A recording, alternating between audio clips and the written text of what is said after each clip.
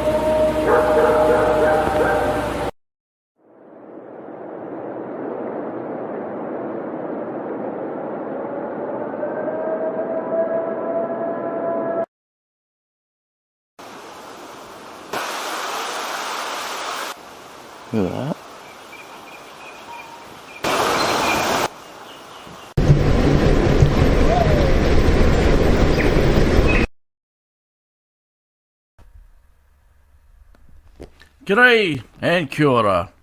From deep in the southern hemisphere, the Antipodes, home to the mythical world of Middle-earth, Aotearoa, land of the long white cloud, otherwise known as New Zealand, the green gem in the South Pacific. Home also to Moihau Man, one of its many names, or New Zealand's Bigfoot. Jumping into hyperspace across fibre optic cabling, I'm Marc Coppell, otherwise known as a Haunted Man, whose background is immersed in the supernatural, surviving experiences out of a horror movie and communing with those in the light. It's my quest to delve into the mysteries of our world, scaring the shadows back into the darkness, shedding light photons beyond our last breath, and taking a portal into other dimensional realities. So climb over that rusty barbed wire fence in your mind and turn on the flashlight. G'day, kia ora, welcome to everybody. Tonight, wherever you are in the world, streaming live through my 2 channels on YouTube. Also, welcome to those in my Facebook groups as well. Just a note that I have moved over to a new channel, that is the Mountain of Entities channel. So just look up Mountain of Entities on YouTube, type that in, subscribe. That's where all the latest new videos are going to.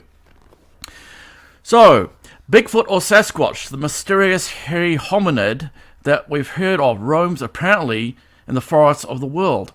There are hundreds, if not thousands, of names for them around the world. At the beginning of the last video, I played the famous Gimlin-Patterson Patty footage, which was filmed in 1967 at Bluff Creek, California. This footage was actually a stabilized version of that footage by M.K. Davis. I then overlaid some possible Bigfoot voice soundtracks. We have, the Sierra Sounds, the Ohio Howl, and last of all, a couple of clips that I've got here in New Zealand. Now, I've got a lot of other really crazy stuff that seems to go beyond Bigfoot. Very, very crazy stuff. Just recently, I was speaking to a former New Zealand Army soldier who was basically chased at the end of the day at night out from the Karamatura track in West Auckland. He was absolutely terrified. He said it was not a pig. He said he's used to all the wildlife, and he told me the other day when I was talking to him, and he said that, I won't go into the bush alone again. He's absolutely terrified to go out there. Whatever that was, it was he said something about it, hitting trees and hearing these large bipedal footsteps. It was not a person, and it was not a pig, according to what he had to say. Now, today's show is with Bobboston. It's called Bigfoot UFO-Vet at War for Truth. So buckle your seatbelts into that furry chair in the forest. We are dropping down the rabbit hole very soon. Just to let you know, if any of you have any questions that you'd like to ask Bob, please ask them towards the end of the hour. What will happen is, at the end of the first hour, we'll have like a 5-minute break. I'll play your video, and you can have your potty, whatever you need to do, for 5 minutes, and then we'll have Bob back on. And I'd really would like to get into the meat of the issue of what's going on. Bob's experienced a lot. Today's guest is Bob Austin, a veteran of the U.S. military, who has encountered a number of various beings, and similar to me. He himself is a haunted man. I had watched some of his YouTube videos on Germany's Bigfoot. He had dropped in on some of my recent podcasts, and I've actually been hinting and asking if he would appear, because I thought, man, he would be a really great guest. He has so much experience. And so today we're talking Bigfoot, UFOs, and the others. Now, what are those others? And Bob will be able to tell us about those. Bob did send me a bio here. So what I'll do is I'll just do a little intro with some of what he sent me, and then I'll let him talk about what he's experienced, what he's seen, what he thinks what's going on. And it begins. I saw my first UFO hovering over our backyard in Sacramento, California, when I was 10 years old in 1973. It was very large and with lights spinning on both the top and bottom. It was a typical disc-shaped craft and at least a couple of 100 feet in diameter.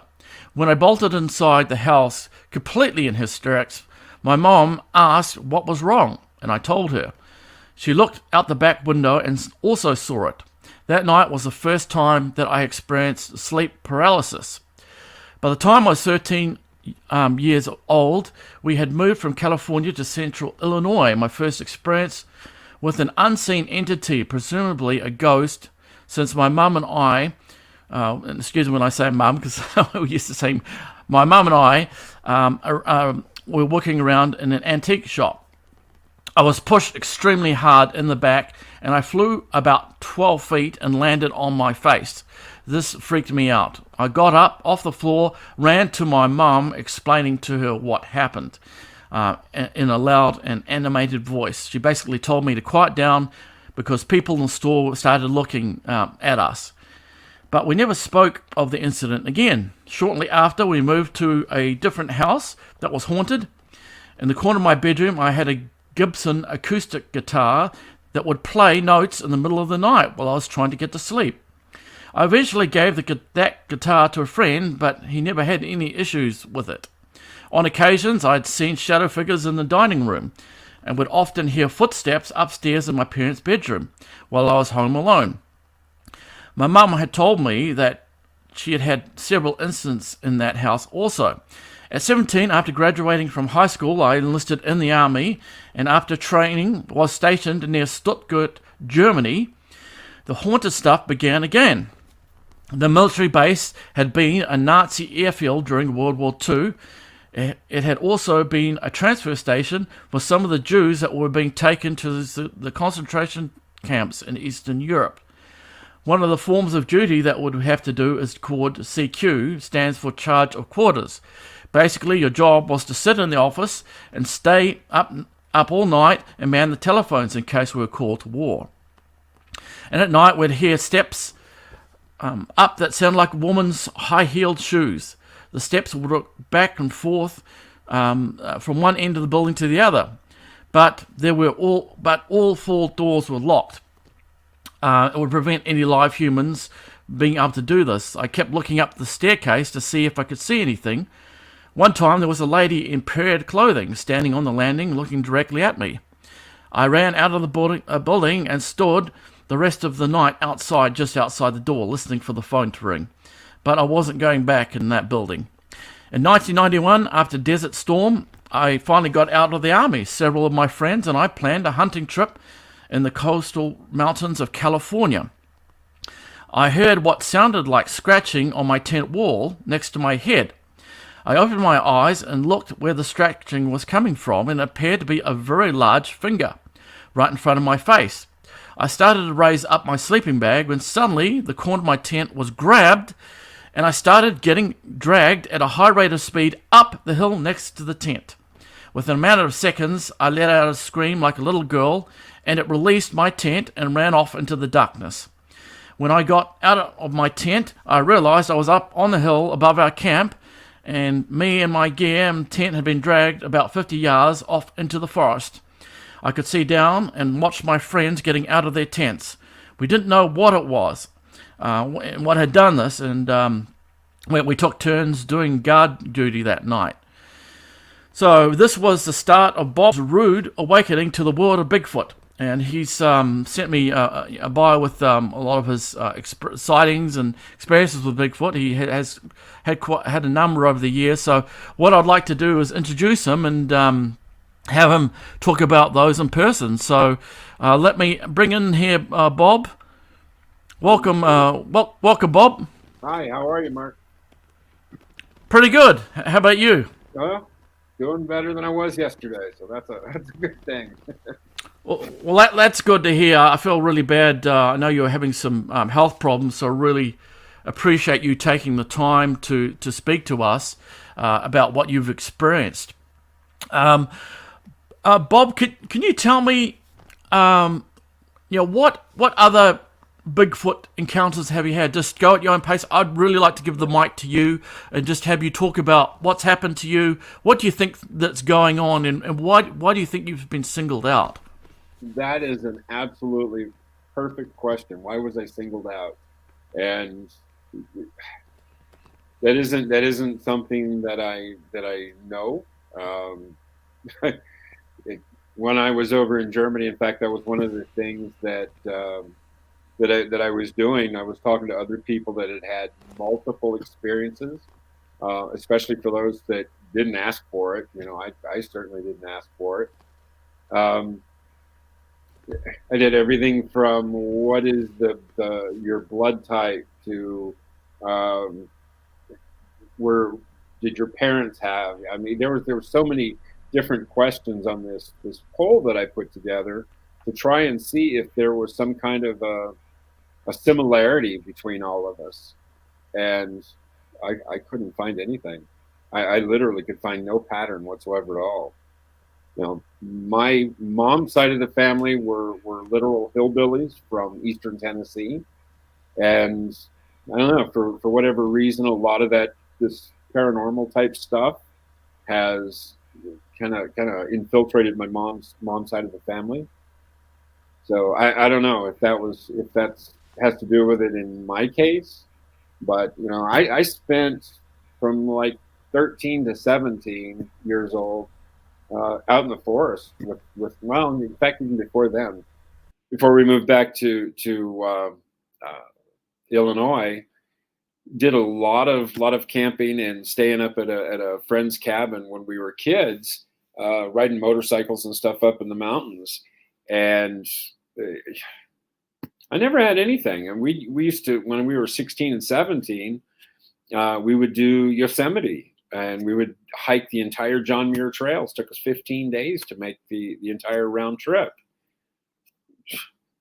We never had anything, and from what I understand, Yosemite's kind of a haunted place itself.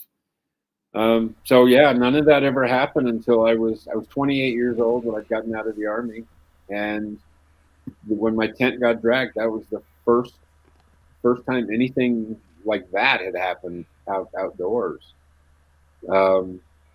And to be honest, we can only speculate that that was a Sasquatch that had done that, because I didn't get to see it. It was bipedal, and when it ran off, you could hear the feet slapping on the forest floor as it ran away. But didn't actually see anything. So yeah, that was a spooky spooky situation. Yeah, but you did see a finger, however, didn't I you? So did. you could. And it looked like a forefinger scratching, and it was big. It was a very, very big finger, probably 2.5, 3 times the size of my finger. Well, it certainly sounds like a Sasquatch to me, or something like Sasquatch. Yeah, something with fingers. Because I mean, it wouldn't wildlife would normally avoid camping humans, right? I mean, deer would avoid going around people's tents, maybe unless there's food out or something. Yeah, typically they would. And what had happened just prior to me getting dragged off was a very large, what they call a non-typical mule deer. It means instead of having normal antlers, they have all kinds of they look like a thorn bush. Had come right into our camp, walked directly around our campfire, and tripped over one of my buddy's tents and landed on top of it. Now, it was a very large, old, mature deer, and they don't get like that by, hanging out in hunters, camps like that. And it was only probably 10 minutes, 15 minutes later was when I got dragged up the hill. It wasn't until many years later that I'd heard quite a few reports of hunters, even deer hunters, have a deer walk right into their camp or walk right up to the base of their tree stands and just lay down. Basically, I guess it's one of the lesser of two evils. Maybe the human won't hit me or kill me, but that big hairy guy most definitely will. So let's hang out with the human. But yeah, I'd never heard of anything like that or seen anything like that. That was weird. That was a very, very weird evening. Yeah, when you mentioned that tent encounter, I was contacted by a hunter from Northland, New Zealand, by the Bay of Islands area. He and a friend were camping about an hour in the bush, thick bush with no trails, and basically had something approach their tent, and they heard it was like bipedal, and he said it screamed like it got a shock that they were in there, and then took off. So something kind of similar to you. You've had a number of other Bigfoot encounters. I did hear your show from was it Spaced Out Radio with Dave Miller? Yeah. So you've had a variety of encounters with Bigfoots. So it's really interesting. The one of the first things that happened, of course, was the tent being dragged off, and then there was another time that I took my stepson up to Desolation Wilderness, which is in the High Sierras, so the other side of California. In fact, just over the ridge from Lake Tahoe is where we were at. And we had three somethings actually walk around our tent, which was basically just a tarp over a tree. They were walking around us for about 5 minutes, and then they just, they walked away. And then there was this big, loud, what we call a wood knock. Sounded like a home run up at the top of the hill, and they had walked away. Now, even that, a lot of people originally, when I first came out and started doing some of the online work, said, well, of course it was a Bigfoot. Well, not of course it was a Bigfoot, because, I had spent all that time in the forest, both, pretty much most of the Sierras. I never had anything, we never had anything happen to us. Whether we were, out motorcycle riding and decided to spend the night out there around a campfire, or actually camping and, actual backpacking and stuff. We never had anything like that. So Bigfoot was kind of like the furthest thing from my mind. You know, I figured if there was such a thing, there was one, and it was up in Bluff Creek, you know, Patty. So it's funny now, you know, when I think about that, because I've heard so many other people say that, you know, oh yeah, there's one, you know, so it was never anything on my mind. And, you know, it was Yeah. August 20th of 2005 while camping up there literally about only as a crow flies or the Squatch walks about 1 mile from where the previous incident where the three of them were walking around our tent. You know, I laid down and to go to sleep. There was this big, huge full moon came up over the top of the Sierras, and it was just it capped off a beautiful day. You know, all the fishing and it's a fantastic, beautiful area. And I just lay down, and this growl hits me. My rib bones and my internal organs literally vibrated, and I had never heard anything so loud and so powerful and so close to my head ever. I mean, that was just like, oh my God, you know. I had a pistol with me, and I rolled up onto one knee, and I didn't put the rain fly on the top of my tent because it was going to be a beautiful night. And I looked out through the top screen up there, and I could see something on the other side of this tree that was down on all fours. And I just automatically assumed, you know, it's that big, it's on all fours, it's got to be a bear. There's a lot of them in that area, and they get pretty big. So I ended up climbing out of my tent, and there was a stump there, and I didn't feel like shooting a bear.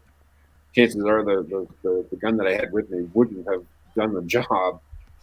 But there was a stump between us, you know, between it and me, and so I put a round in the stump, and it turned around and, you know, took off. Just sounded like it was just tearing up the forest for quite a while.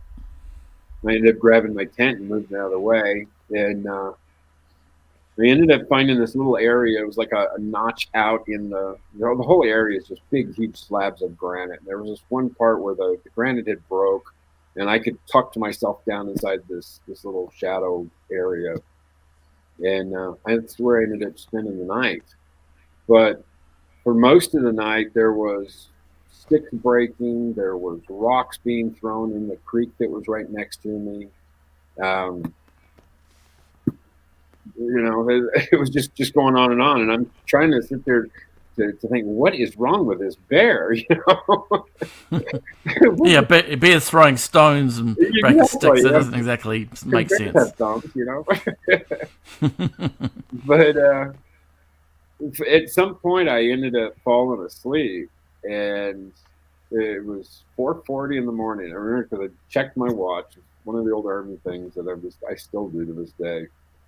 I snapped awake. Like I was fully awake instantly, and I was nervous, and I started looking around, and I didn't see anything. But then off to my right, there was this like skinny, you know, not it was about 15 feet tall, this pine tree, but it was a little skinny and, you know, nasty look because it was growing out of a crack in the granite. But there was a shadow behind it. And there was the full moon had now moved over here, so it was really lighting up the tree, but the shadow behind it was kind of, you know, that didn't look right. And suddenly it was a she stepped out from behind the tree, and I freaked out. I mean, I literally lost it because, again, I wasn't thinking Bigfoot. I've got this 8-foot tall, giant, hairy woman standing there. And to me, it was simply a monster. I mean, that's really what it was. It was a monster to me. And she took 3 steps towards me and got within 15 feet. And I had my pistol in my hand, and she's off this way. I fire a warning shot off that way, and she stops. And then she ends up taking one more step towards me, and I fired another warning shot, this time directly in front of me, closer to her, but not. I never pointed the gun actually at her, and she's just sitting there breathing. She sounds like an asthmatic. The air coming in is this gruffy, husky, and the air coming out was the same way. And her left hand, she was sitting there making a fist and releasing, making a fist and just looking at me like she wanted to rip my lungs out, you know. And that went on for probably 30 seconds, 45 seconds.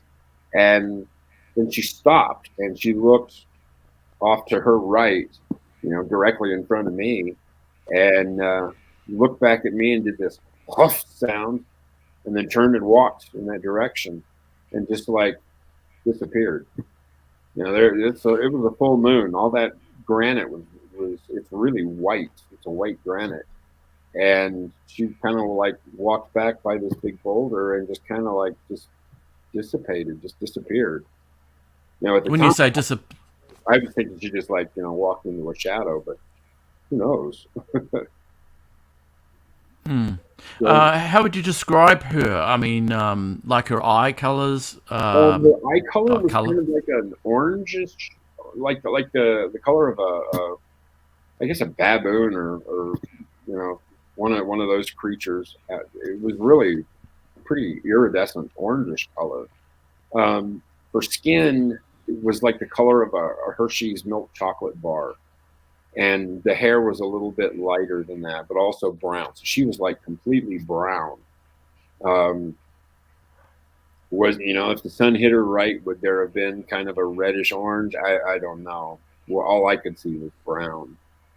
But she was big, huge shoulders, huge arms. I mean, her arms were as big as my legs. Her legs were bigger than my torso. Big square jaw. Thin lips. Nose was kind of like an Aborigine nose, really, really wide, but still with the nostrils pointing down. Yes, it was pretty freaky. It was pretty freaky. So when you say that she was female, you could see breasts, right? Like, was she like Patty? Was she like the Patty Bigfoot, or would you know, the only pictures or video that we've ever seen of Patty have been, you know, very, very old film. She didn't have a beard. She had a few wispy hairs, you know, kind of growing out of her face. Big square, like human type teeth. Just freaking enormous. But yeah, breast, very large pendulum type breasts. Just massive. I think, you know, and a lot of times it's their overall size, not their height so much, but their girth that is so frightening, because you look at that and you just know that it could, you know, it could tear an arm off or, you know, pull your head off. Just, you know, at any, they're just so big. So yeah, that was a bad night. It really screwed me. I had PTSD from the Army, and boy, I sure got fired up that night. Yeah, I bet. Yeah. So, on a scale of 1 to 10, 10 being the most terrified, what rating would you give that encounter? A solid 12. Yeah, solid 12. So, you've been in the military. Now, what did you do in the military? I mean, were you were in the Army? Were you in the Army, or? Yeah, I was Army. Like. First, I was Army Aviation, so I was a crew chief on a OH-58 helicopter. Went to Beirut, got shot down a couple of times. That was fun. Ended up getting wounded over there. Got sent to Walter Reed, and then got sent home for a couple of years to heal. And then I re-enlisted and went back to Germany. Shortly thereafter, I went in with 10th Group. So did some teams work there for a while, and then got stationed at MacDill Air Force Base, where U.S. SOCOM was at. So I was with SOCOM for a while. Yep. So you're a soldier that's you've experienced battle. Yes. And so your encounters were more scary than battle, would you say, or on par with that? No, absolutely more. You know, when you're in a fight, you are afraid. There, you know, anybody that says they're not afraid they're a liar. But you're also pissed off. You've got this rage going that's underneath you, and that has a tendency to offset it a little bit. There was only fear when I was faced up with her. There was no anger or anything like that. So yeah, there was no none of that to try to offset some of the fear. It was intense, absolutely intense. Why do you think this female Bigfoot was there? Why was she approaching you? Any thoughts to that?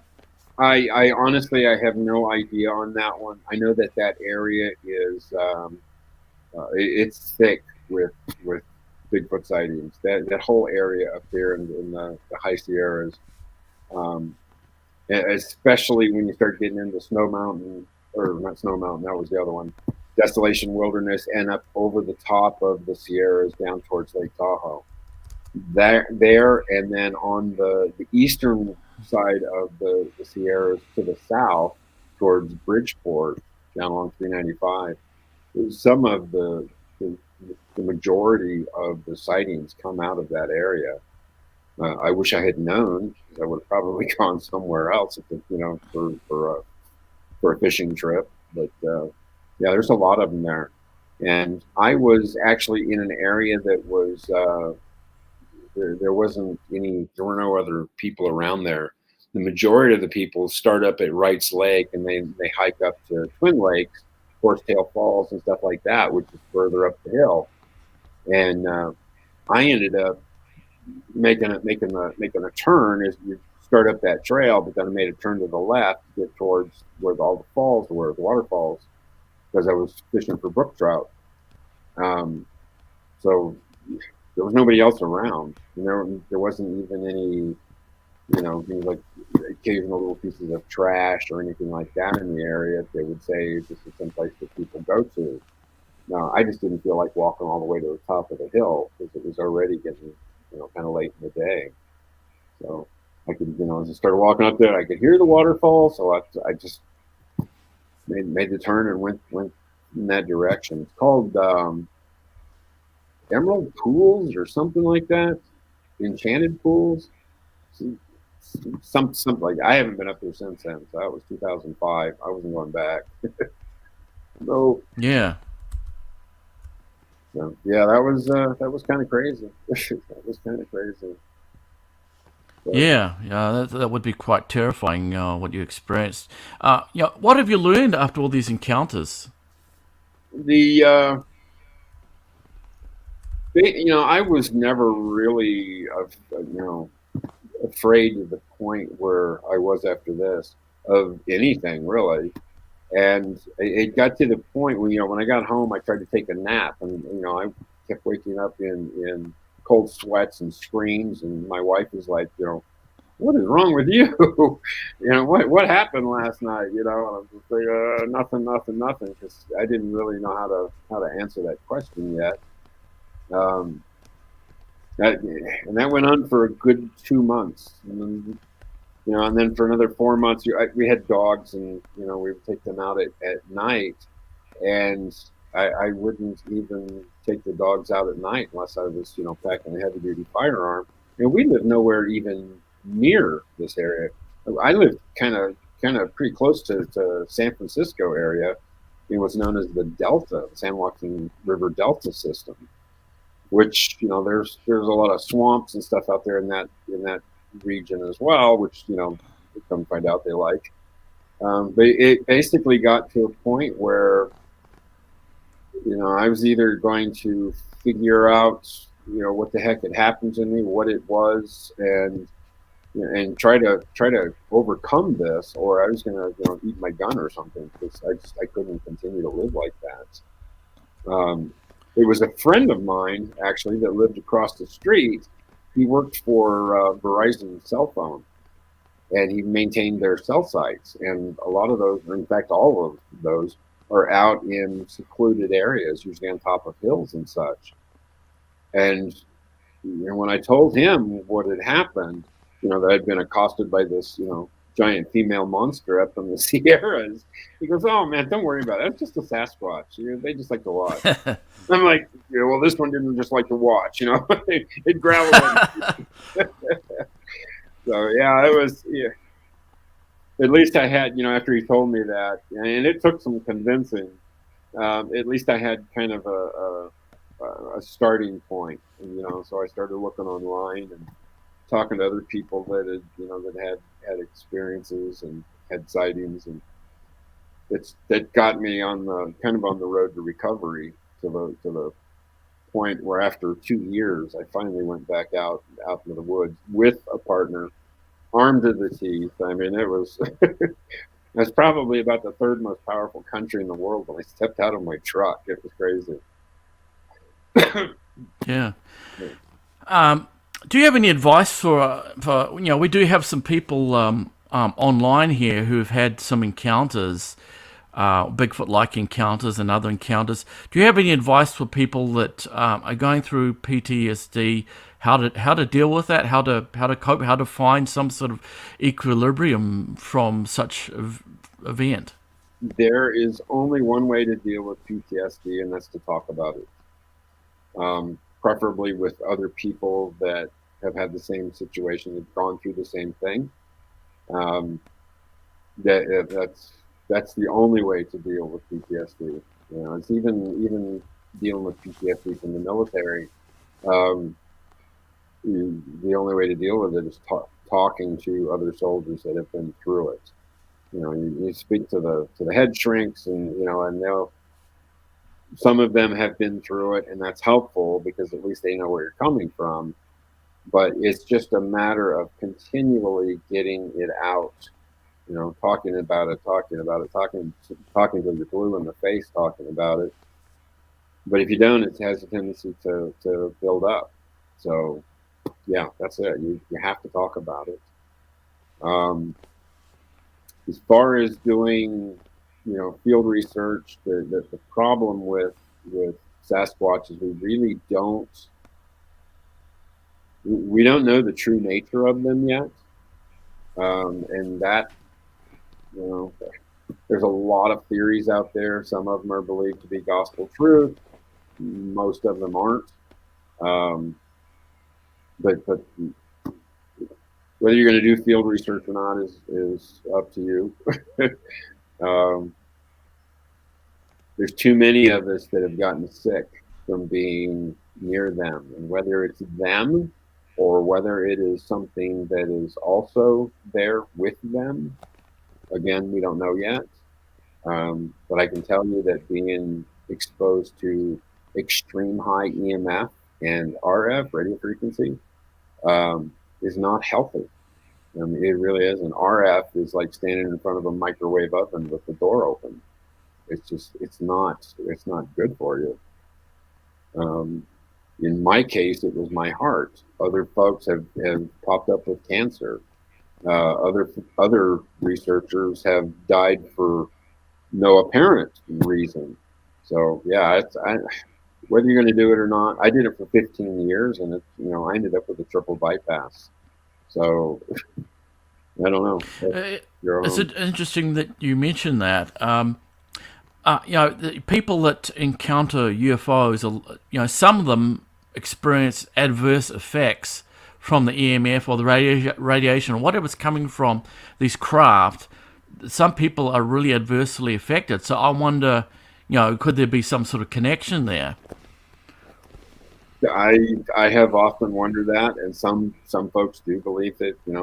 Some folks believe that Sasquatch are the star people. Some believe that they're taken away by the star people. I don't know that I actually have an opinion on that one, especially after Germany with all the different stuff that I had caught on camera. Computer I have right now is a MacBook Air. The one I had previously was a MacBook Pro. Had about 2,000 pictures on it, and it decided to kill itself or something. So I lost so many of and they were all screenshots from video that I had shot. So yeah, it was, I lost so many of them, but there were so many other things that I had caught on camera while I was over there. Everything from little people to, there was even stuff that looked like cartoon characters. Well, that one was weird, but I've heard other researchers talk about that. They called it cartoon mode. They would, when they would materialize, they looked like a cartoon, but then they would morph into something more solid that looked flesh and blood. So a lot of I stuff. know I know the American Indians. They've talked about shapeshifters, skinwalkers.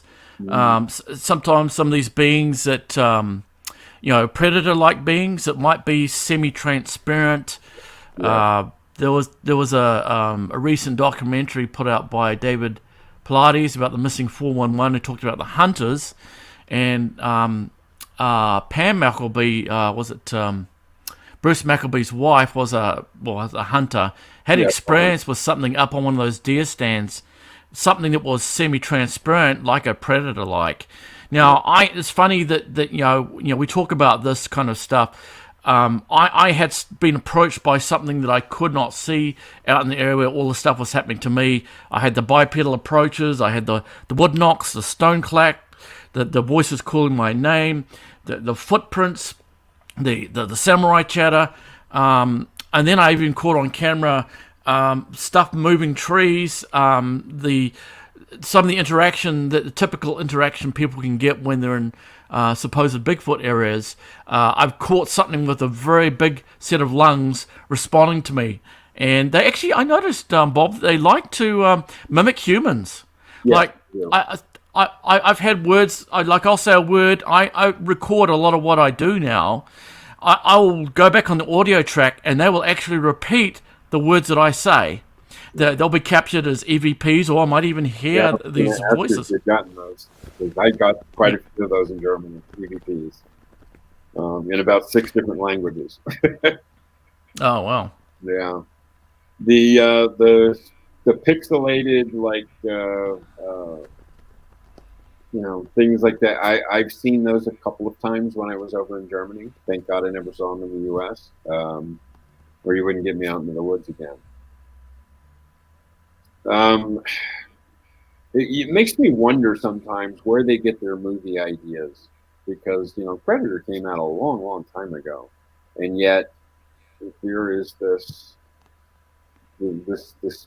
weird, sparkly kind of much more like a finer grain than what they showed in the movie. But yeah, there it is.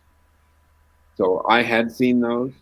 Quite a few other researchers that I know had also seen them, and it's weird because the Bigfoot phenomena kind of comes in 2 flavors. There's the physical, where you see the hair, the hair covered, biped. They throw rocks, they throw sticks, they break sticks, all that stuff. They leave footprints.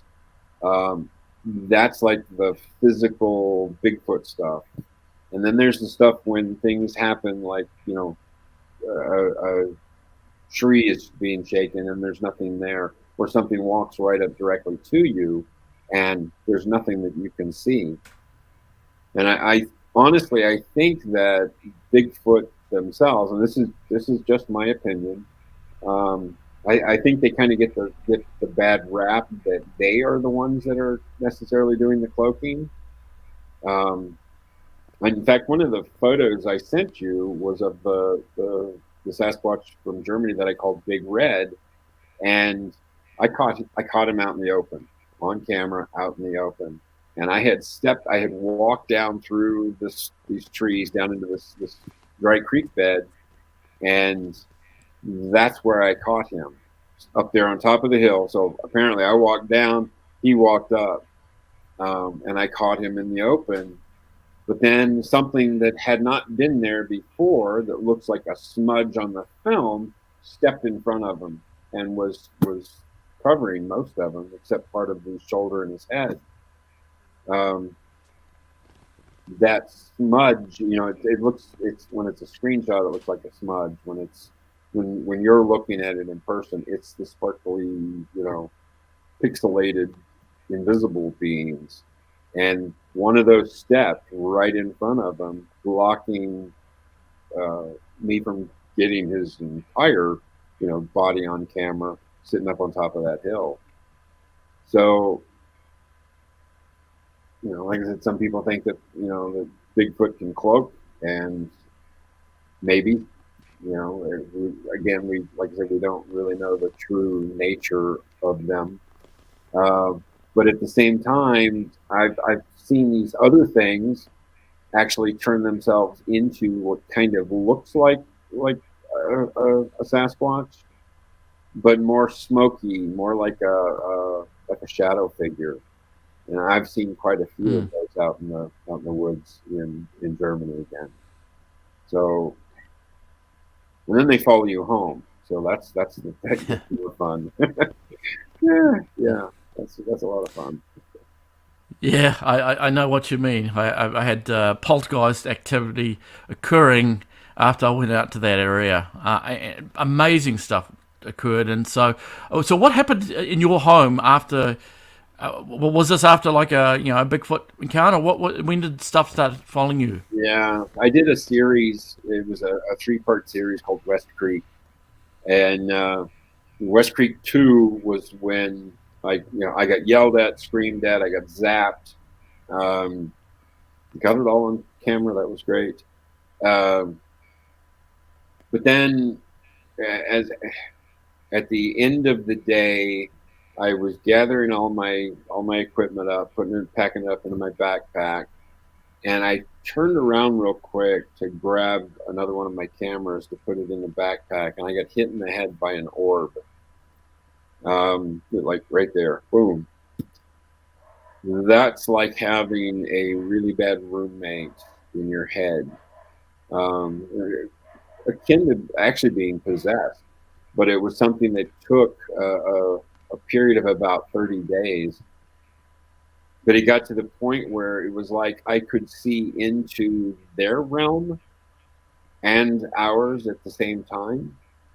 And so I actually gave up driving. I made my wife drive because I was literally afraid I was going to wreck the car because of trying to avoid something, that really wasn't there in our realm. Yeah, that was bad. But that's when they. How would? I'm sorry. How would you describe that realm that you saw? It was interesting because it looked like a sheet of cellophane, and everything was kind of projected onto that cellophane. And so what I saw from their side was they were interacting on our side. And even in town, I saw, large things, small things, little people, including even, things that looked like Sasquatch walking up and down our streets. In Germany, especially in the smaller villages, if you need to go anywhere or do anything, pretty much you're walking. And so there's like walking paths and farm roads that are paved and all this kind of stuff all over the place. And they were right over there. There was a lot of pictures I didn't send because I had them tucked into a different folder and I hadn't been able to find them. But there were stuff that I was actually able to take photos of when I would be out walking my dog, especially in the evening, that were right there in the village. Especially in the bushes there's a creek that ran through our village, and big, tall, high bushes along that creek. There, you see orbs in town, big, tall, hairy-looking guys with other little bitty guys that are only like 3 feet tall, standing in front of them in the bushes. It's pretty bizarre. I'll have to send you those pictures when I dig those out and I find out which folder I ended up tucking those into. But In the new hour, we'll try to play some of the pictures that you send me and get a commentary from you on those. Yeah. Interesting that we talk about the interdimensional aspects of Bigfoot. I nearly died. I had this shadow creature come right up to me, thrust something in my heart area. I had a medication interaction where I should have died. The ambulance staff was surprised I was still alive. Now, on top of that, I also had one of these astral, I'd call a Bigfoot in astral form, come up to me while I was laying down in bed, told me a date to go out to this area, tapped me on the head, shaking the whole bed. And he was very powerful, amazing ability to interact in our realm. Now, I know ghosts can do things like that, regular human spirits can do things like that, but he had an amazing energy to interact in our dimension. Now, I don't know if they're traveling astrally, like some people who can do it at will. I don't know if just somehow they're phasing out of our vibrational state, or what's happening. There was another researcher up in like central Germany. I was down in like southwestern Germany, and she was up in central Germany, in Wiesbaden, which is real close to Frankfurt, about 13, 15 kilometers away from Frankfurt. And she lived right in the heart of town, and just a few blocks away from her house was like a nature park, in the middle of the city. But one side of that would open up into the greater forest and on over into the next village. And she was finding stuff right there in the city, especially the tree structures. She wanted me to come up and see this stuff, and I'm like, well, I got tree structures down in my neck of the woods. Why should I drive 3 hours up? And she goes, no, really, I want you to see this. Okay. So I made the trip up there, and she's showing me around, and I had just bought a small thermal camera, and she was taking me to all these different sites within this park and showing me these structures. And as we started to walk up to one, once you've had an interaction or two with these guys, you can feel when they are around. It's like there's a kind of a static charge in the air, and there's like it's like the barometric pressure changes or something, And I had my camera going, and I started looking around because I started to get a little bit nervous. And I didn't see anything, so I pulled out the little thermal camera and flipped it on, and I could see we're starting to walk up to this structure, and directly behind it is a bunch of the really, really young trees. There's big trees that are a couple of 100 years old, and they're sprinkling seeds like crazy. And so you get these little trees that grow up that are about 9-10 feet tall, but they're only big around as your little finger. And they're thick. There's a lot of them there. And I picked up an upright looking being in the thermal camera. And I'm trying to show it to her, but she was so into this structure.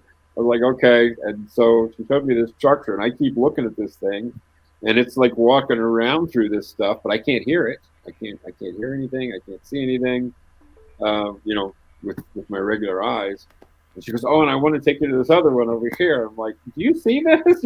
Are you see what's going on here? It was, I don't know. She just didn't seem. She was just so excited that I'd come up there that she wanted to show me all these structures. And so we walked past that one, made a right, and she was leading the way.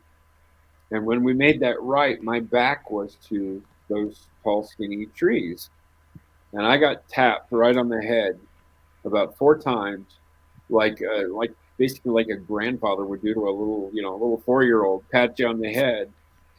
And I spun around. I'll talk about getting animated. Holy cow! But it was very powerful, and it was kind of like this weird little electric shock thing going on with it.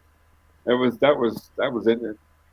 She's like, what? I said, I just got patted on the head. Are you not paying attention to what I'm saying? But the weird part about it was, you mentioned like in an astral form, and I wonder if that's what I was looking at, because it was big, girthy, and everything else. not like some of the pixelated predator-looking beings. Some of those were very tall, but I never saw one that was girthy. You know, they were kind of like a, you know, similar build to what a man would have. So this thing that I caught on the camera was very girthy. Now, what are the challenges to photographing Bigfoot? I know, you know, a lot of skeptics say, well, you know, they're always blurry. You know, we talk about Blob Squatch, and so what are the challenges to they themselves? Would you say are afraid of cameras? You know, that's something I never understood, is why they seem to be either camera shy or afraid of cameras or something. There this area that I was going to outside of our village, kind of like an enchanted forest, honestly. On the east side of this giant meadow is where this one, I named him Bubba. He was big. I mean, he was a solid 12-footer. The only picture I got of him, I sent that one to you. There's a stick right by his eye in the picture, and I measured that stick, and it was 11 feet 6 inches to the ground, and his head went above that, so he was a solid 12-footer. When I would walk into the forest on the east side of this meadow, that's where all the structures were, and there were some really amazing structures. And the back side of that was a hedgerow of blackberries, and they were about 5 feet tall. On the other side of that, I would see him in there all the time, and he would just squat down on the ground next to this really tall stump that had ivy on it. It was the only one in the entire area that had ivy. I've never seen ivy not spread like crazy. And he would sit there with his arm around the tree, squatted down, and he would look at me, and I could look at him. And as long as I didn't try to bring up my camera, it was okay. But as soon as I did, oh man, it was like literally like a gunshot, like a bullet taking off. Um, But other than that, he was cool. I threw him an apple one time, and he looked at it roll up near his feet, and then he just looked at me. He didn't, you know. I was like, okay, I guess you don't like apples, whatever.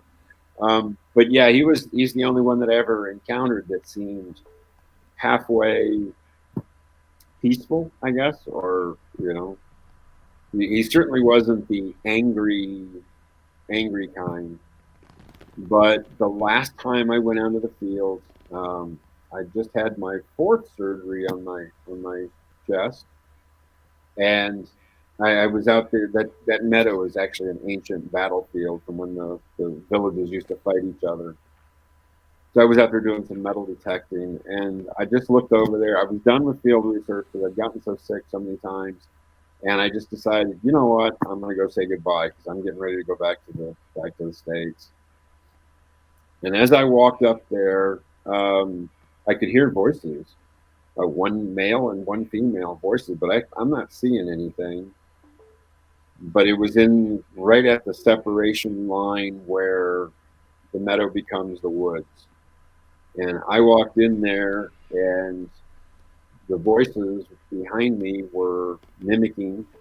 You know, it kept saying, you know, they were talking, but I couldn't understand what they were saying. And you know, even with the language barrier, if you're over there long enough, you get to understand not what they're saying, but you can tell where they're from by their accent. And this wasn't any accent that I had ever heard from, you know, Central Western Europe. The closer I got, there was a big teepee section in the middle of all these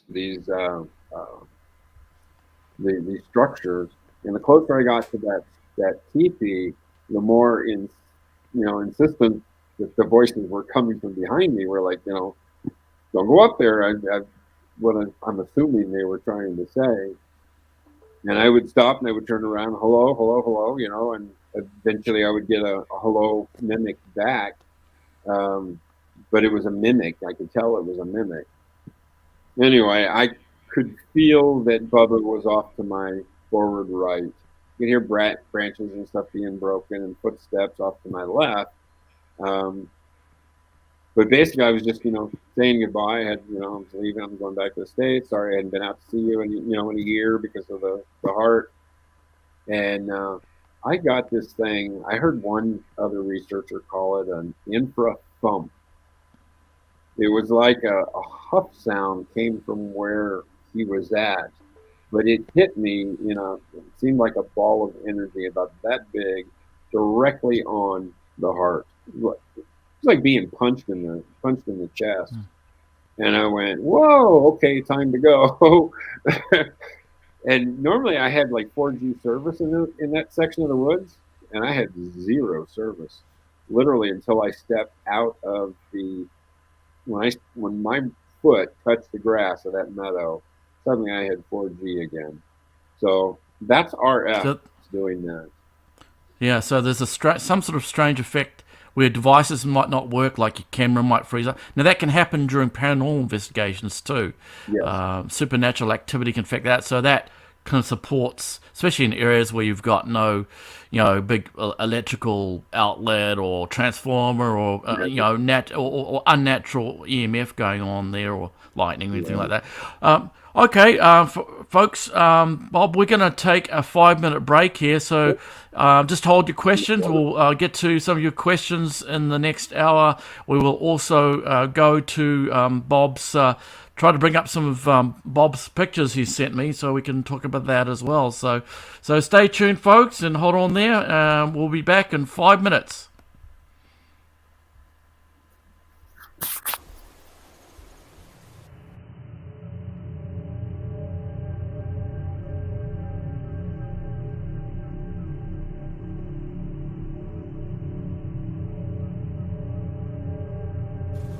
Matthew, can you help them to show themselves to me, please?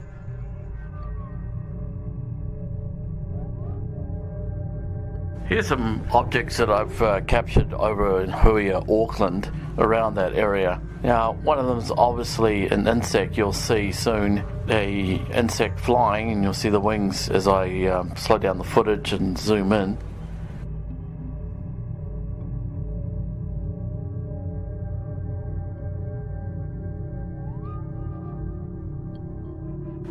There's an object that my drone caught on camera while flying over the water at Hui, Auckland. Now, the object at first, I wondered if it was a bird, but I calculated the speed and distance. It was going around Mach 1. So, some people have said this is just a bird or an insect. Well, I zoom into the background of the mountain where it starts in the background. This is a bit close to 1.5 miles away. This object travels in about 5 seconds, about 1.25 miles. This object is going far too fast for a bird, and it travels over the mountain and through either trees or shadow area on the mountain in the background. That's how I can determine where the object actually is, and that it is actually coming over the mountain in the background. Why is it important to determine the speed? Well, the speed tells us that this thing is going around Mach 1 plus, and therefore is not a bird nor an insect. What is it?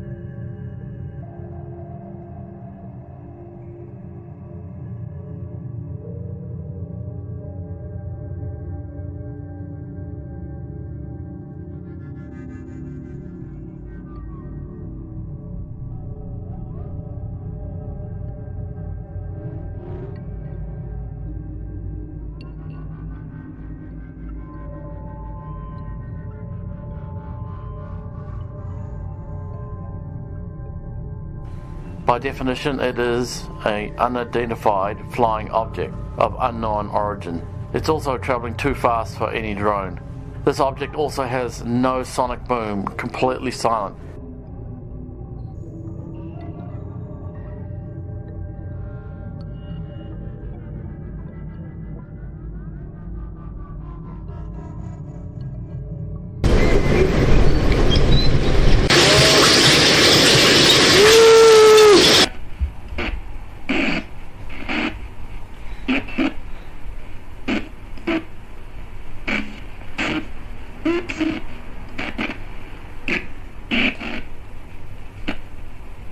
Something about people.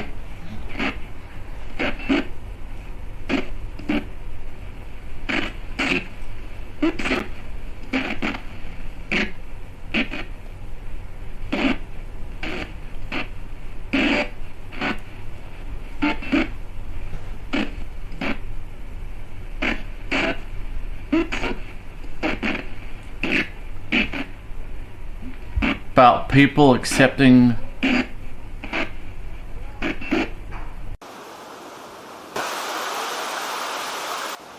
that.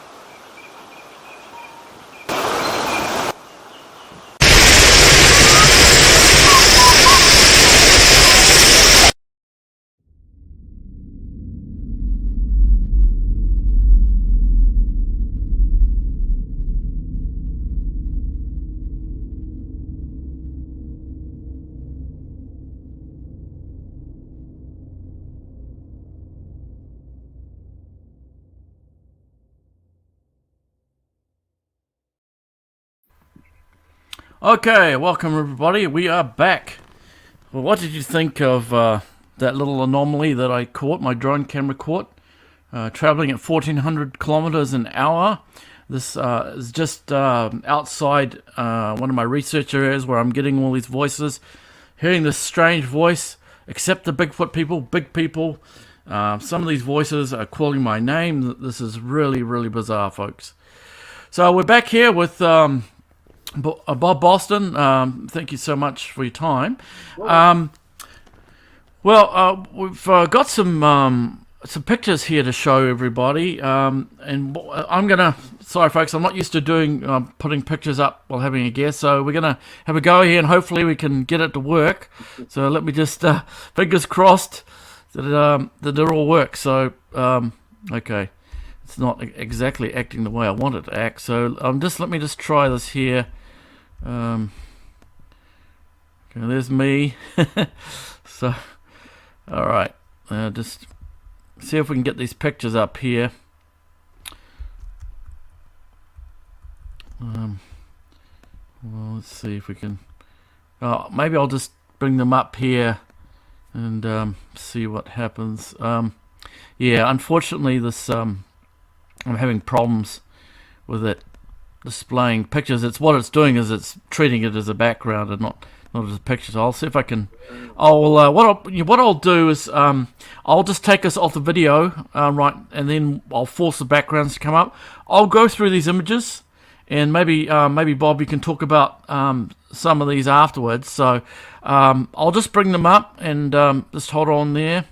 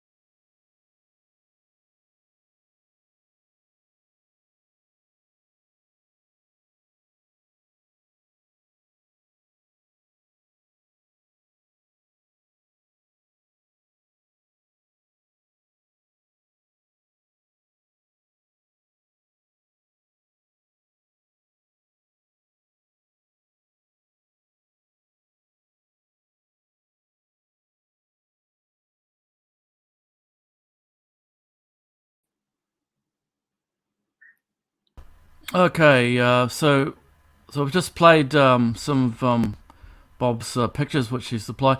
Bob, can you tell me about that handprint on the back of that person's back? What Yeah, happened there? What's the background? that is a friend of mine who lives down in the southern U.S. He said we could use it, but not to not to use his name. Um, he has them on his property. He's got quite a lot of acreage down there, and they just started showing up on his property one day a couple years ago. And one of the other things he has on his property is beavers that keep backing up this river and flooding his property. So he would go down with rakes and stuff and pull the beaver dams down. And normally he would be out of the area before it was completely dark. And I guess he got carried away with the work, and it was almost completely dark by the time he finally started out of there. And he came up out of the riverbed and started to walk across the field, but there was grass. It was a meter or so, a meter and a half tall, and all of a sudden, like directly in front of him, this thing jumped up, and as it started to run by him, it slapped him in the back and knocked him 15 feet, broke a couple of the ribs near the spine, and left the handprint. Now, the thing is that the guy is 6'4", and you can get a good look at the size of that handprint bruise. That's what that is. That's a bruise on his back, and it literally put him on bed rest for almost a month because of having those ribs broken back there in his back. But that reminded me a lot of when he first showed me that and told me about that. I'm like, oh, I remember this time I was hit in the back by a ghost. I went flying and landed on my face. So yeah, that was and they come up to his house every single night, banging on the windows, banging on the sides of the house. And I personally, I think I would have to move. That farm has been in the family for like 3 generations, but I couldn't take that. There's no way. It's interesting you mentioned about banging on the side of the house. I took someone with me, Ricky. Sometimes he jumps in the chat here, but he told me after going with me, I don't normally take people with me when I go out. I usually do this solo. We heard a voice right next to us on the stone road. It was dark, and we couldn't hear anybody approach us. Now, he told me later that night, after he had gone out with me to this area, that something on the second level of his house, I think it was about 2 o'clock in the morning, thumped or whacked the back of his house. So it's interesting that you mentioned that, and I've heard that happen several times with people that live right next to an interaction area where there's a lot of Sasquatch activity. There's a couple of questions that have come up. One from Pam here. I'll read. Pam has a question for Bob. Hi, Bob. What is your general feeling of Bigfoot? Friendly or aggressive? I have had both, and the one I talked about, Bubba. I don't know that I would actually call him friendly, but he certainly wasn't aggressive. I would say more curious than anything else, because the longest that we ever sat there and looked at each other was over 20 minutes. Usually it was 5 to 10, but he would just look, and let me look. It was interesting. So yeah, I wouldn't say friendly, but certainly not aggressive at all. There was another one there, though, in that area that was on the other side of the meadow. And when I called Big Red, he was certainly aggressive. The zapping was the worst. That was that was bad, especially the way that it affects me, is it makes my blood pressure like just drop to 0. My wife, to her, whatever this is, And by the way, it's certainly not infrasound. But it to her, her body reacts in like instant projectile vomiting. And it was we both got zapped side by side one time, and I hit the ground, and her breakfast hit the ground, so to speak. So he was aggressive and would charge at me and yell and scream, and that was It's interesting that you talk about the zapping effect. I know, having done some paranormal investigations, that sometimes spirits, when they attack, they'll can make you feel dizzy. They can take your energy off you. You can feel like you're going to throw up. Some that matches some of that zapping effect, which you've just mentioned. Yeah. In regards to your friend that got slapped basically on his back, breaking his ribs, why do you think that happened? Do you think that maybe he was overstepping his welcome? Or You know what? Any thoughts? No, I really don't know. I've heard I've heard some pretty big names in the Bigfoot community talk about counting coup, which is basically something that I guess the Native Americans did. Is they could walk up or sneak up and touch an enemy without killing them. That was like a feather in their cap. They were they were given honors for that, for being able to sneak up on them. I've heard that as a but I don't know. I know of 3 other people besides him that this has happened to, and every single time they were hit in the back extremely hard, to the point where their bodies actually flew through the air. One of the guys was 60, I think he was 68 years old. Put him in ICU for a couple of weeks, which is intensive care unit in the hospital. So I don't know. I don't know why it would do that. Because when that was the other thing. So it hit him and took off running, and had this like hysterical, maniacal laughing sound as it ran away, as if it really enjoyed, being able to do this, being able to actually inflict pain. So I don't know. Was it demonic? I mean, I literally, I don't know. Again, that falls back into the thing that unfortunately we don't really know the true nature of them. Because I know of them that have, saved the lives of people. So I don't know. Do you know if the people that were, slapped from behind, were they carrying any kind of firearms? No, in fact, none of them were. The 2, so the one that you have the picture of, and the guy that ended up in ICU, they were on their own property. One of them was up in the Rockies, and the other one was up in the Pacific Northwest, but nobody was carrying a firearm. In fact, only the guy in the Pacific Northwest was actually had like camping gear and hiking gear in a backpack, and he got pushed from behind and put his face into a tree.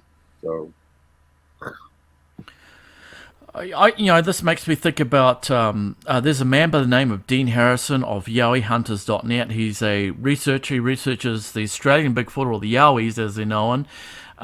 He was charged, and I understand broke some ribs, but I don't know the background, whether he was going somewhere where he wasn't welcome and he just ignored that feeling, the keep away kind of feeling, or ominous kind of feeling. I'm not sure if those men that were hit from behind, if they had got any of those kinds of feelings before that happened, or it just came without warning. Now I can say that 3 of them did not. The guy that got hit up there in the Pacific Northwest had actually seen the one that did him from about 20 feet away, and he backed up to get away from it.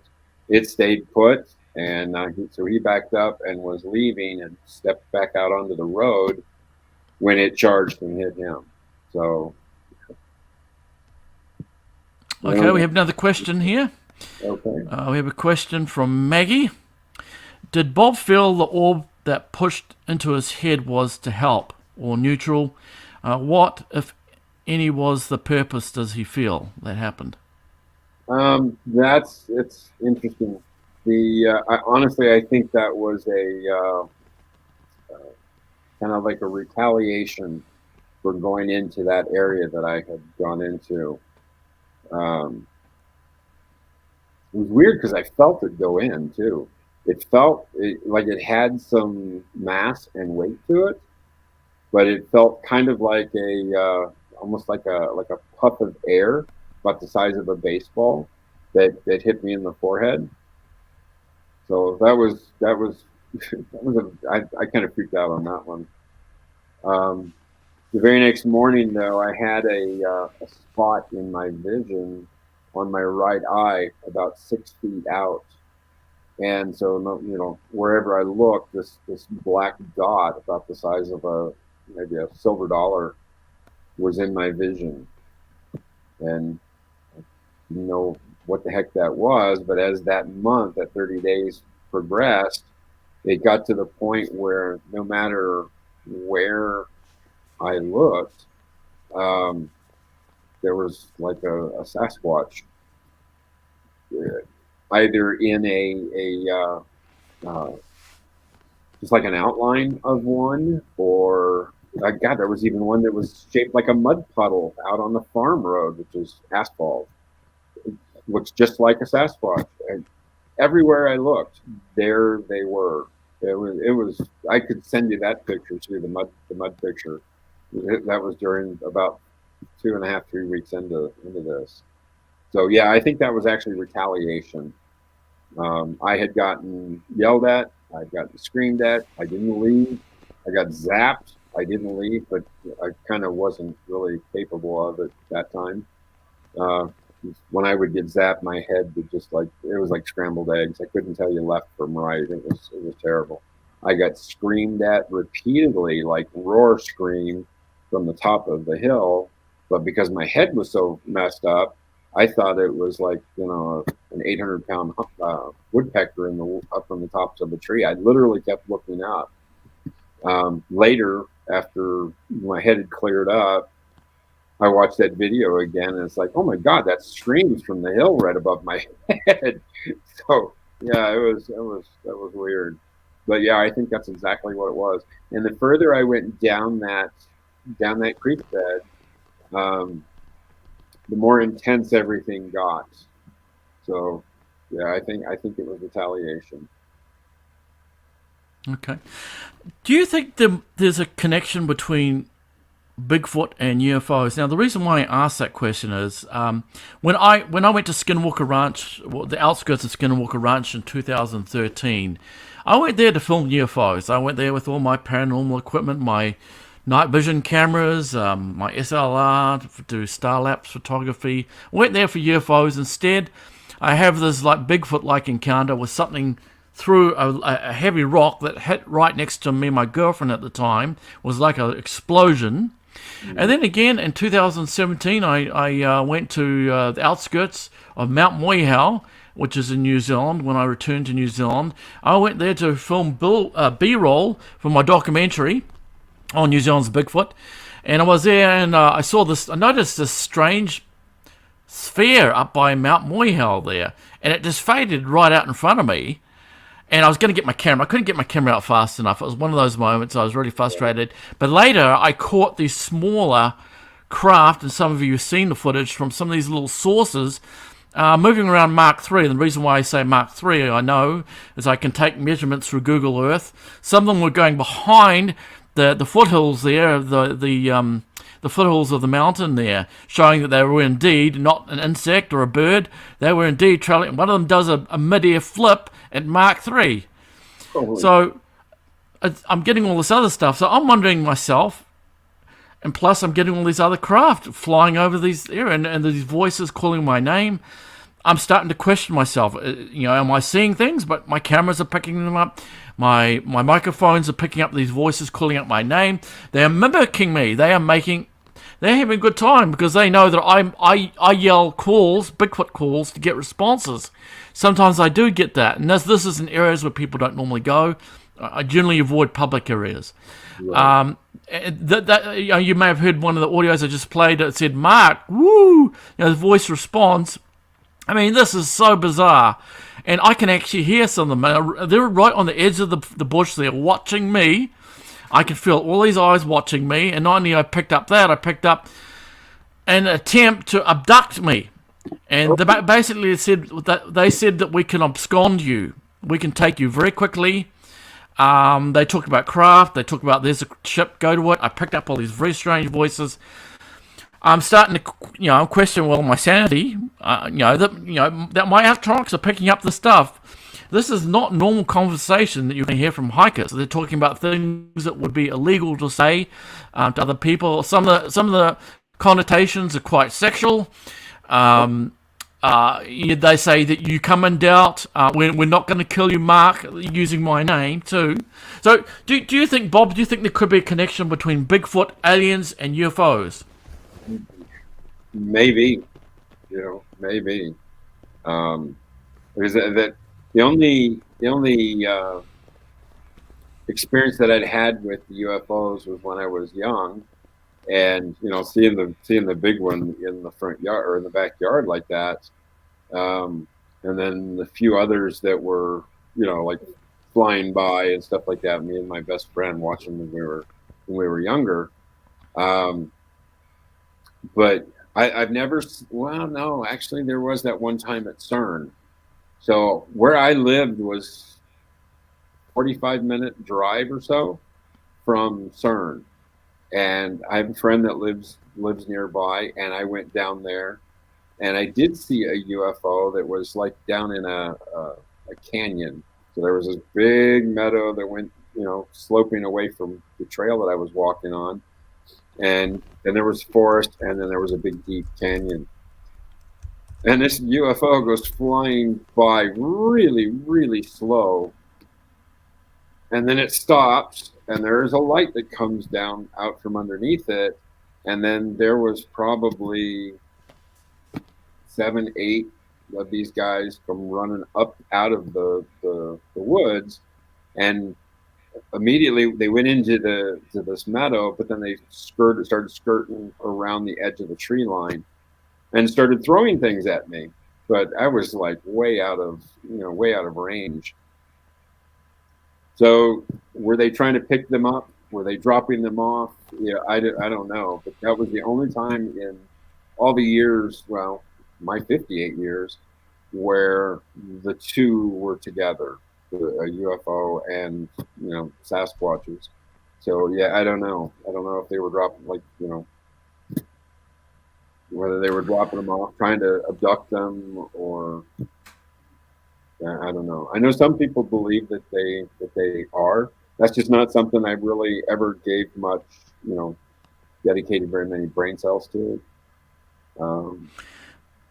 Yeah, researcher Stan Gordon over in Pennsylvania, he talked about the connection between Bigfoot and UFOs. He said there'd been a number of sightings of these Bigfoot-like hominids coming off these craft, and the state police had been involved. Some of the people said they had fired at point-blank range Bigfoot-like creatures. Did nothing. And yeah, and it sounds like something from Skinwalker Ranch. It does. Skinwalker Ranch, there's things like Bigfoot. There are these cryptid-like creatures. These portals will open up. The UFOs, these different craft. Some of the craft even seem to mimic some of our earthly technology. However, there was something not right about them. Yeah.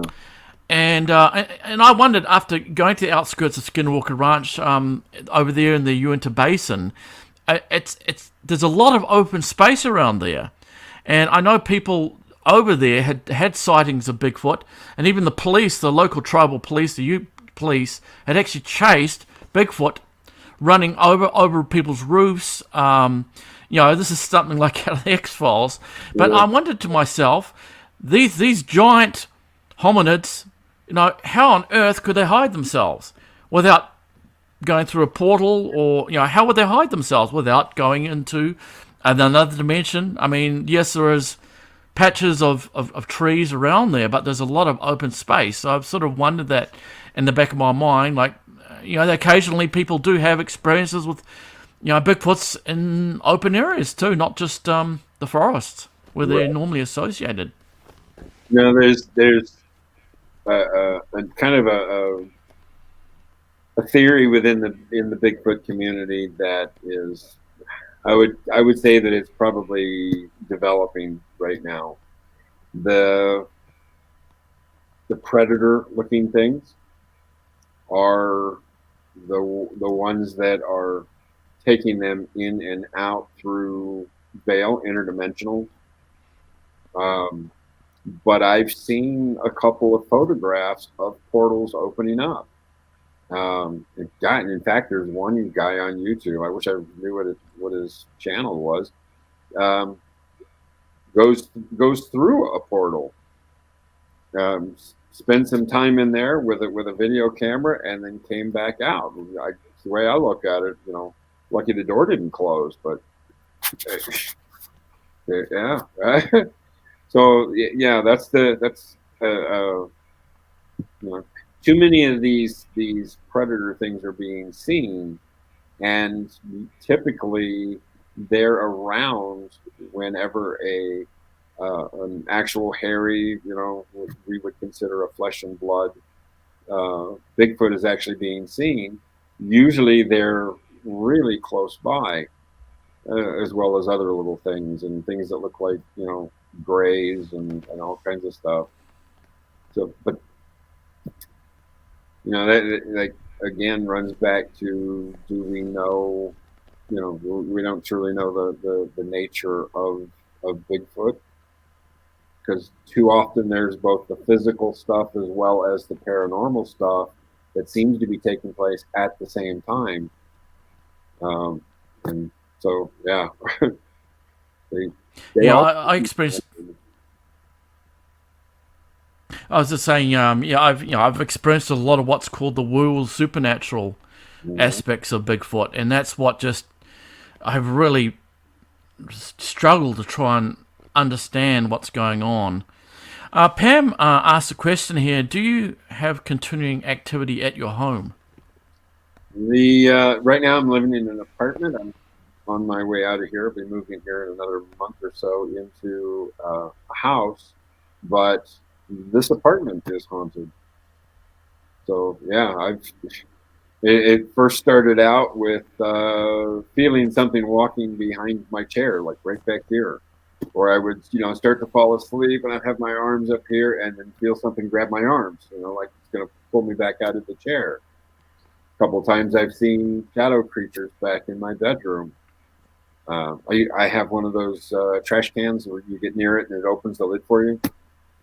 That used to sit there. I'd be sitting in my chair, and in the kitchen, the thing was like opening and closing as if somebody's walking by it. But the as far as Sasquatch creatures are concerned, out the window over here, about 2 miles, is a really big mountain called Old Como, Como, and it was one of the first gold mining regions back in the 1860s. And there's an old ghost town, or what's left of the ghost town up there. And this past summer, me and my best friend, who's from Austria, he came out to visit, and I took him up there to show him the stuff. And there's what's left of a smelting and processing plant from back in the day. And as soon as we got out of my truck, we heard this weird whistling going on that we're like, what in the heck is that? Never heard anything, any animals making any noises like that. Well, we were there for about 40 minutes walking around, looking at all the stuff. The old ball drum and stuff is in there. And this is going on the entire time. Got back in the truck and started to go further up the hill, and right off the drop off is this, it's basically, it's not a creek. It's where all the water would get pumped out of the underground mines and would flow down, downstream, or downhill rather. And in this one wide section of it is all these just lush green trees, except right in the center of it, there was one dead tree. And he was looking at it while I was paying attention to the road. And he goes, oh my God, there's a Bigfoot. And I slammed on the brakes and I looked over at him and I'm like, where? He's like pointing. He's like, I know, wigging out. And I looked down there and there's one dead tree. Here he is. He's got his arm wrapped around the tree, just standing there looking at us like, you know, why didn't you guys leave sooner? You know, just sitting there looking at the truck up on the hill on the road. And I'm like, oh my goodness, we've got him here too, out here in the desert. You know, I'm living in the desert of Nevada. And there it is. That blows me away. Yeah. We have another question here from Maggie. Does Bob feel there's something about him or his personality that has encouraged these encounters? The only thing I can think of is maybe possibly a bloodline thing going from my mother's side of the family, because they'd had all kinds of paranormal stuff that had gone on for, you know, generations, I guess. They moved out from Tennessee to California back when my mom was like 12, so I really didn't get to meet many of my relatives back there, except one family. He had 400 acres out there, and I was going to go do some bird hunting down in what's called the river bottoms at the bottom part of his property. And he goes, so you be careful down there. He says, we got catamounts down there. I had no idea what a catamount was, but that's their local name for Bigfoot. So I don't know. Yeah, that's the only thing that I've been able to come up with, was that it was possibly a bloodline thing from mom's side of the family. So. Yeah, I have to add my 2 cents there. I think there's some real truth to that, because it's like my family on my mother's side of the family. That side is the side that's had a lot of paranormal, really very haunted stuff that's gone on, even ET-like stuff as well. So, yeah, I think there's definitely some validity to the genetic factor. I wonder too if there's something conditional as well to that. Bob, do you have any advice for people that want to go out and start studying Bigfoot or start investigating Bigfoot? If you haven't had a sighting accidentally, don't do it.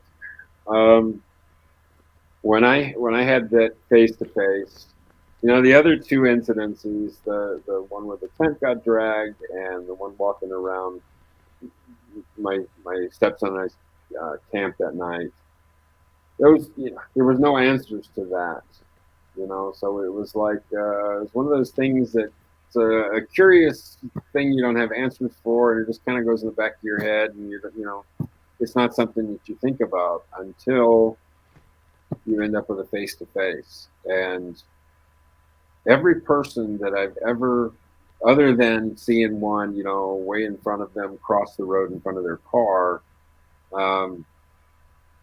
it's like, we like to think we have a pretty good handle on life, and we have all these boxes in our head that has the answers to what we know of. And to actually see one of these things, especially if you get that huge fear response, it's like all those boxes get dumped out onto the floor of your mind, and it literally changes your life forever. And every person that I've ever spoke to, it wasn't for the better. It's not been for, there's never been any improvement in your life. And then, of course, if you ended up having health issues because you're out there being exposed to them all the time, well, there's nothing possible, any good that comes out of that either. If they're interested in the topic, there's plenty of people that are still willing to go out there and study them. But otherwise, I wouldn't do it. I really wouldn't. Unfortunately, it's too late for me, because the old Bob doesn't exist anymore. Those boxes got dumped. Yeah, I agree. I mean, I agree as far as it's very life changing. These kinds of things, whether it's paranormal or UFOs, aliens, the others. Um, Yeah. and you've had experience with the others. Now, what would you call the others? Would you call like the fairy realm? Are Yeah, they coming from another dimension, or? yeah, pretty much the fairy realm. Quite often they are in and around Bigfoot also. Like the one picture, the only picture I was ever able to get of Bubba on his, so he's eating with his left hand and shoving something in his mouth, and his right arm is completely exposed, and sitting on his right arm looks like this large black cat. But when you actually take into consideration his size, this cat would be, maybe a little smaller than, the mountain lions that we have here in the U.S. And then you start thinking about all the other black cat sightings, especially like in the U.K. Black cat sightings that, Australia, I guess, has them, and I don't know about New Zealand, but Yeah, we've had them here too. Sightings in the South Island. Yep. so is that what I was looking at? Is that one of the ones that is sitting on his arm? I don't know. But there's no, any kind of wild cats or, large cats in Western Europe, at least. I don't know about, over into like towards Russia or anything, but yeah, it's not. Yeah, I don't know. So I've seen gnomes, like with the pointy hats, both blue and red hats, and I guess that makes a difference. I've seen at least one time that followed into the like a leprechaun, a little green guy running across this opening between the trees. Um, I I don't know how many of you guys are from the U.S. I swear I actually saw Fred Flintstone sitting on a log one time. That was crazy. Coming down the hill, and there he was at the bottom looking up. So that goes back into that cartoon mode thing that some of the guys were talking about. So yeah, there were so many and other little people that would be, say 2 to 3 feet tall. The Alba Twitch, which translates more to like a gliding elf. I've seen those a couple of times over there. So I didn't see a whole lot of that, real weird stuff when I was, researching in the Sierras, and then in Idaho when I moved over there. Um, I saw a tremendous amount of it in Germany. But that's where Jim Crayfeld comes from. You've heard of the missing 411 accounts that David Pilates has spearheaded. Do you have any thoughts about what might be taking people out there? Why are people missing? Actually, I think it has to do with those pixelated predator guys. They Too many times those guys have been seen going in and out of, and I wouldn't actually call it a portal, like something that actually just opens up and you can see through it for a second or a split second, like what's happened out there at Skinwalker Ranch. Portal opened up in the sky, and the people that witnessed it were able to look through and see a red sky behind it. These guys were just kind of like, they're like through the veil, and it's like nothing. Um, that would be kind of a form of being interdimensional. And once you're on that other side, you no longer see these guys. There's just talk about people that have been taken in be a line of hikers, and the last guy ends up disappearing. Sometimes it's the person in the middle that ends up disappearing, and all it would take was just to reach out, grab one, and pull it through. You're not going to see them. The dog isn't going to be able to track it because they're not here. They would be in another, like a parallel universe. They're not going to be seen. there's no longer going to be footprints. There's not going, and often these like when the body shows back up, it will be in an area where it's been searched over and over and over again. And sometimes the body ends up showing up on the trail where the research, the search and rescue guys were going out to actually do the day search. And suddenly there's the body in the middle of the trail. They've made that same trip for 2 weeks, and how come they didn't see it before? Well, they're just throwing it back through the veil. There was even one account where a small kid was actually taken from inside a locked house where there was an alarm set, and the only way you're getting through that is interdimensionally, and it's hard to understand, the wall that separates our dimension from the next one, because we have a tendency to like picture that it's a place you walk up to and then you go through the wall, but it's not. We're all like sharing the same space in a different dimension. There could be one, standing here right next to me in the other dimension, able to look at me. I can't see it, and in the middle of this interview, all of a sudden I'm gone. And that's from inside the house. So honestly, I that's the only thing that seems to check all of the boxes. I've read a few of the books, not all of them, of course, but I've read quite a few of them, and that's the only thing that seems to check all of the boxes. Something is yanking them through into a different dimension.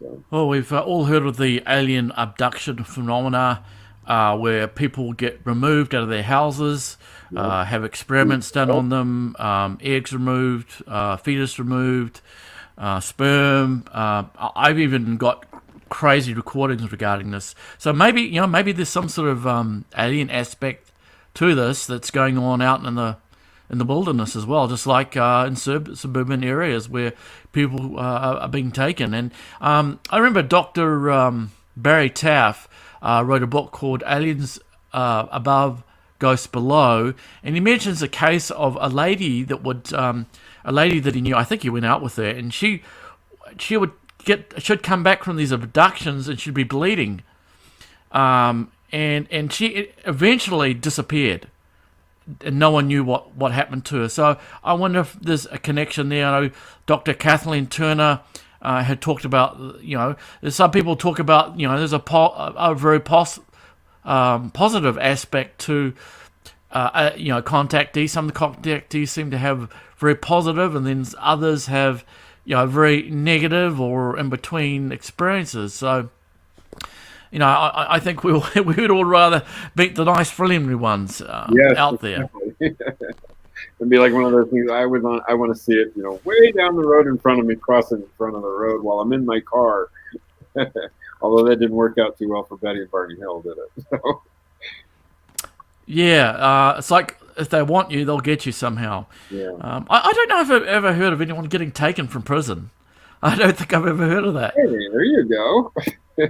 There's a scientific experiment right there. Any prisoners that have, any ex-prisoners say they were taken, or the prison warden was going berserk because they did an anti-dufresne and they disappeared all of a sudden. Yeah, exactly. And then I mean, that would be quite interesting. And I wonder too if people, when they get taken, if some of them might be taken out of their body astrally. You hear sometimes people being taken. They say they go through the wall or they go through the ceiling. It's like physical objects have no bounds on them, and they get taken through into this other realm.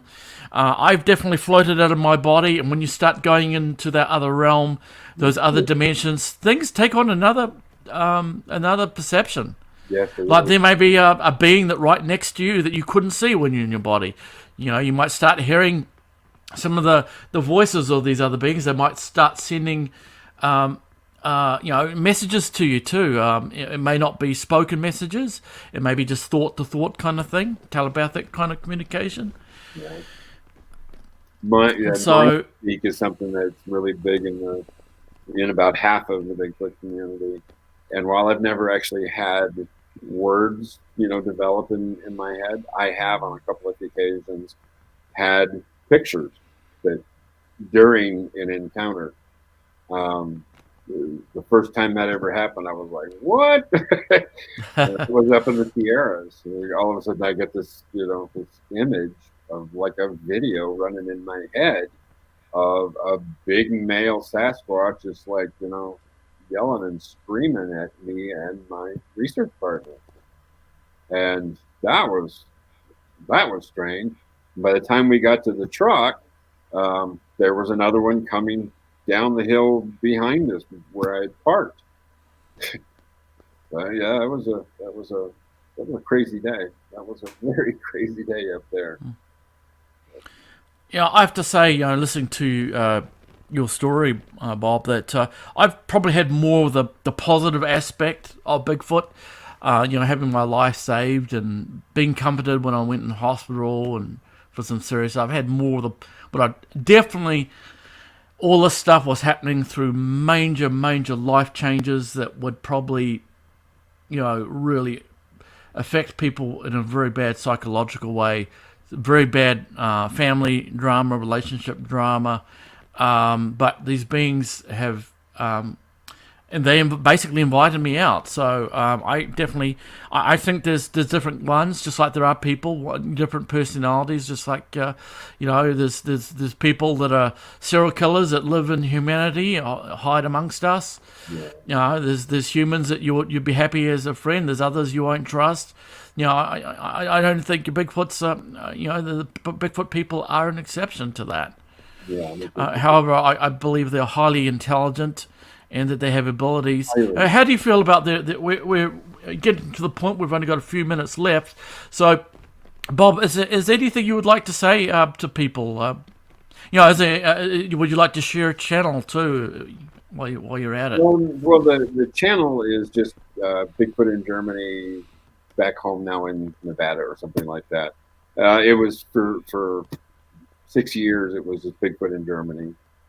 But when I came home, I went ahead and added the fact that I am back in the U.S. now. So that a lot of my other Bigfoot friends would know that oh hey, you finally made it back home, because I'd been trying to get home for about 3 years before I was finally able to do it because of health issues.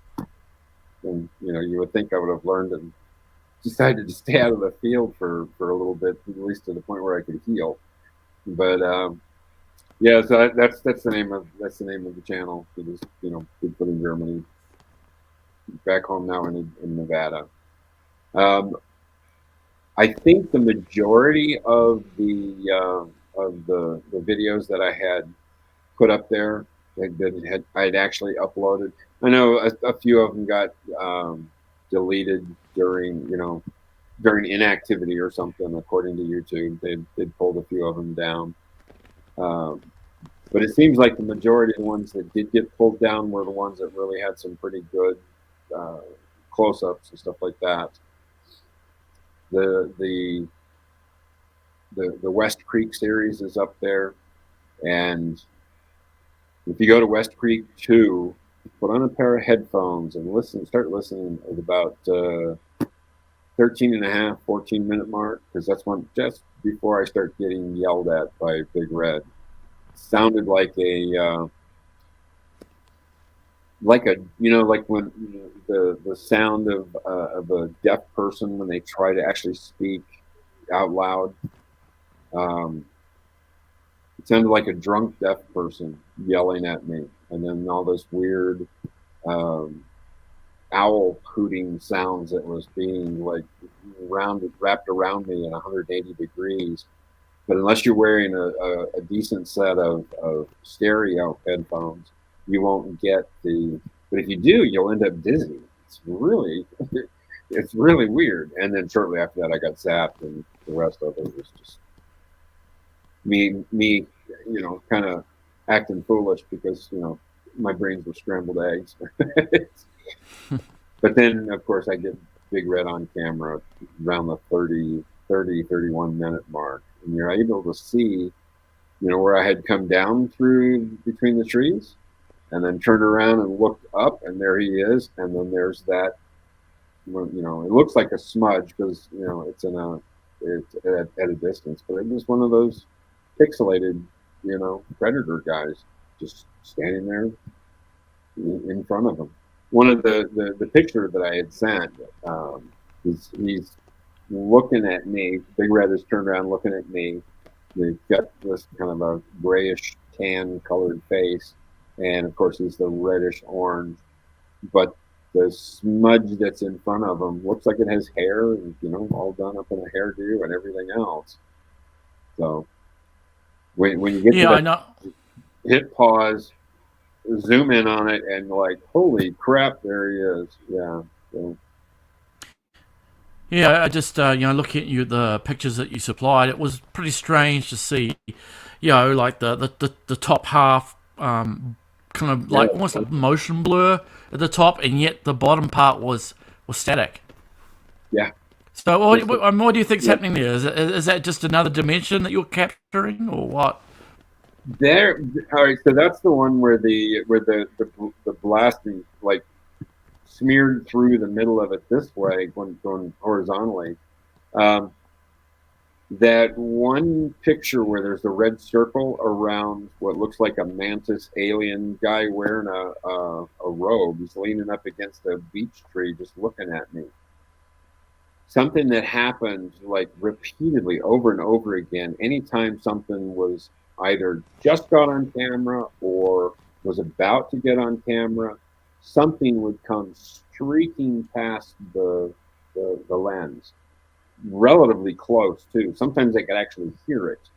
There was one in there I call Shorty, and unfortunately, when the pictures were running through there, some of them were too big, and you really couldn't tell what was going on with the pictures. There's one there that I call Shorty. He kind of looks like a Sasquatch, but he's only about 4.5 feet tall, 5 feet tall. But he's not a juvenile. He's one of those alba twitches. And that happened like 3 or 4 times, just as he was about to come on camera. Shoom, shoom, right in front of the camera. And I don't know what it is. It's not something that you can see. It just suddenly shows up as a blur, something's shooting by the lens. So I don't know what that is, but that's what the one where the gray trees are in the background and you see that weird kind of like a motion blur, but it's clear on the top and bottom. That was when I got that mantis looking thing on the camera. So. As we finish up here, what I will do after I say goodbye to Bob here, I will go through some of those pictures again, flash them up on screen for anybody who wants to hang around for a moment long to have a look at those. Any final words you want to say, Bob?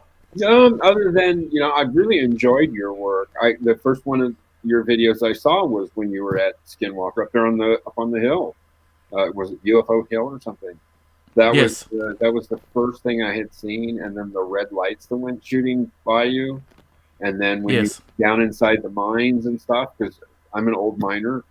Actually, I was what they call a powder monkey when I first got out of the Army. Mm-hmm. I worked for an explosives company for the mines, and used to do all the commercial blasting for quite a few places around, even over here.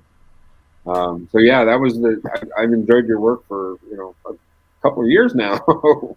So yeah, I'm glad we finally got to actually meet up. That was good. It's been a long time coming. Yeah, it has been. Yeah.